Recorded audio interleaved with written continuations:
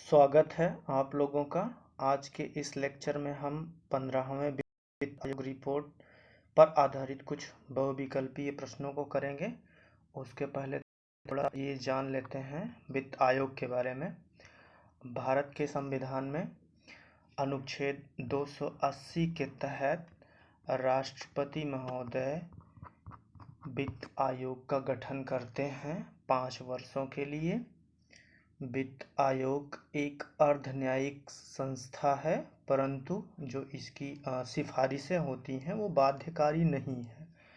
संसद तय करती है किन चीज़ों को मानना है, किन बिंदुओं को नहीं मानना है। और इसी तरीके से राज्यों में संबंधित राज्यों के राज्यपाल आर्टिकल 243I के तहत ग्राम पंचायत के लिए वित्त आयोग का गठन करते हैं। आर्टिकल कौन सा है? 243I और 240Y के तहत संबंधित राज्य के राज्यपाल नगर पंचायतों के लिए वित्त आयोग का गठन करते हैं। हम यहाँ पे वित्त आयोग के बारे में बात करेंगे जिसकी सिफारिशें आ गई हैं। इस बार एक और महत्वपूर्ण इस संदर्भ में बात यह है कि इस बार 15वें वित्त आयोग ने अपनी रिपोर्ट को 2 बार दिया है। पहली रिपोर्ट आई थी 5 दिसंबर 2019 को। किन अवधि के लिए? 2020 से 2021 के लिए। और इनकी दूसरी रिपोर्ट जो आई है वो आई है 9 नवंबर 2020 में। किस अवधि के लिए? 2021 से 2026 के लिए। ऐसा क्यों हुआ ये हम लोग बाद में देखेंगे। तो इसके बाद आइए चलते हैं सीधे अपने प्रश्नों पर। तो आपकी स्क्रीन पे प्रश्न आया है 15वें वित्त आयोग के अध्यक्ष कौन थे? तो ABCD सारा ऑप्शन इसमें दिया हुआ है। आप देखिए इसमें कौन सा ऑप्शन सही हो सकता है। तो 15वें वित्त आयोग के अध्यक्ष NK सिंह हैं, तो ऑप्शन ए जो है वो सही हो जाएगा। नेक्स्ट क्वेश्चन पे चलते हैं। 15वें वित्त आयोग द्वारा 5 नवंबर 2019 को सौंपी अंतरिम रिपोर्ट की सिफारिशें निम्नलिखित में से किस अवधि के लिए थी? इसके बारे में अभी हमने चर्चा किया था। आप ऑप्शन ABCD देखिए और इसमें से option B is correct. Next question पे चलते हैं। 15वें वित्त आयोग द्वारा अंतिम रिपोर्ट में निम्नलिखित में से किस अवधि के लिए संस्तुतियां की गई हैं? ये भी वीडियो के शुरू में बताया गया आपको। ABCD चारों ऑप्शन आप देखिए, तो इसमें ऑप्शन बी इज करेक्ट। चलिए नेक्स्ट क्वेश्चन पे चलते हैं। 15वें वित्त आयोग द्वारा केंद्र की विभाजनीय कर प्राप्तियों का कितना हिस्सा राज्यों के बीच वितरित किए जाने की सिफारिश की है? ऑप्शन ए है 39%, ऑप्शन बी है 40%, ऑप्शन सी है 41% एंड डी है 42%। तो 15वें वित्त आयोग में इस बार 41% जो है राज्यों के बीच वितरित किया जाएगा। तो option C is correct answer. चलते हैं नेक्स्ट क्वेश्चन पे। वित्त आयोग केंद्र सरकार के विभाजनीय कर राजस्व का एक हिस्सा राज्यों के बीच वितरित किए जाने की सिफारिश करता है। इस हेतु केंद्र के सकल कर राजस्व में से निम्नलिखित में से कौन सी मद घटाई जाती है?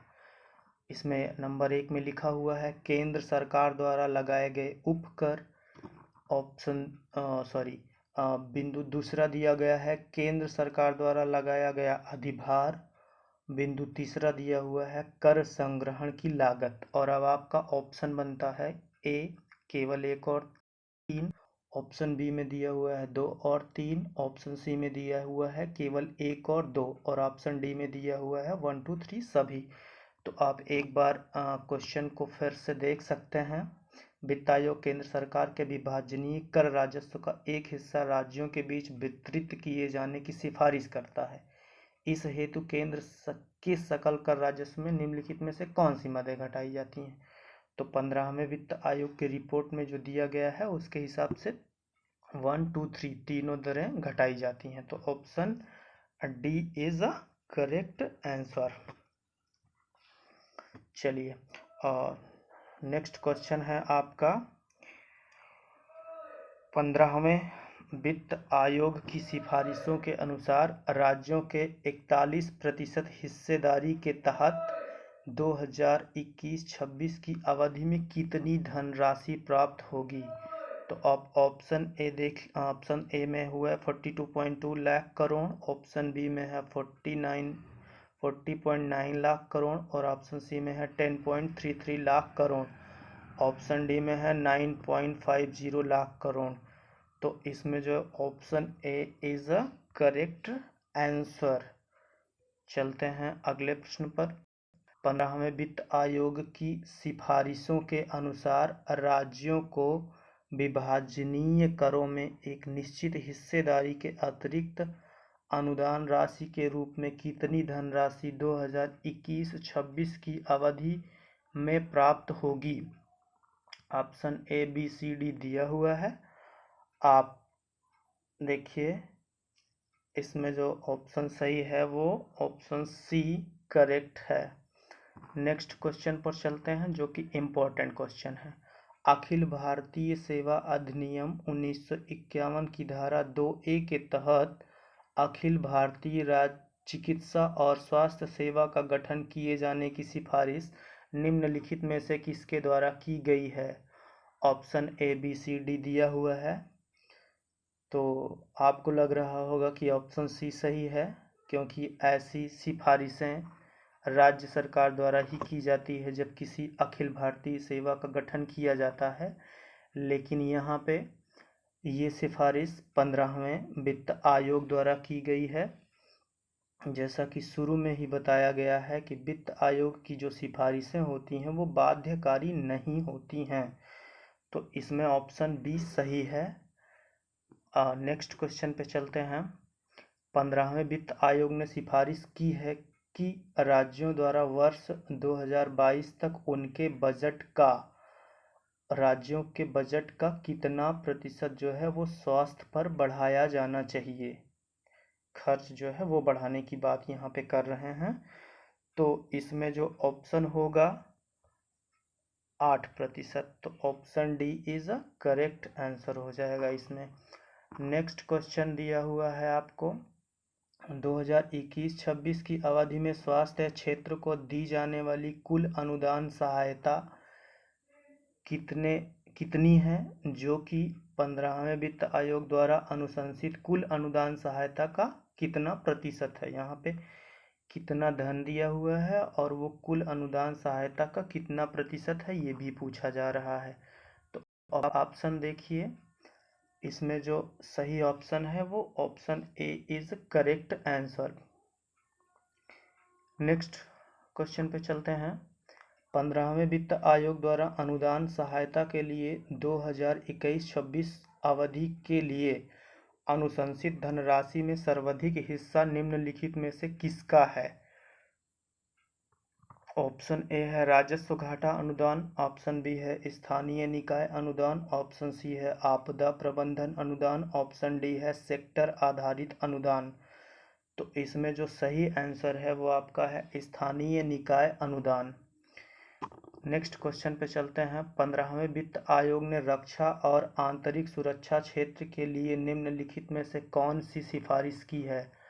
ऑप्शन ए में दिया हुआ है लोक लेखा खाते में कभी खत्म न होने वाली निधि के तहत रक्षा और आंतरिक सुरक्षा के लिए आधुनिकीकरण कोष का गठन किया जाए।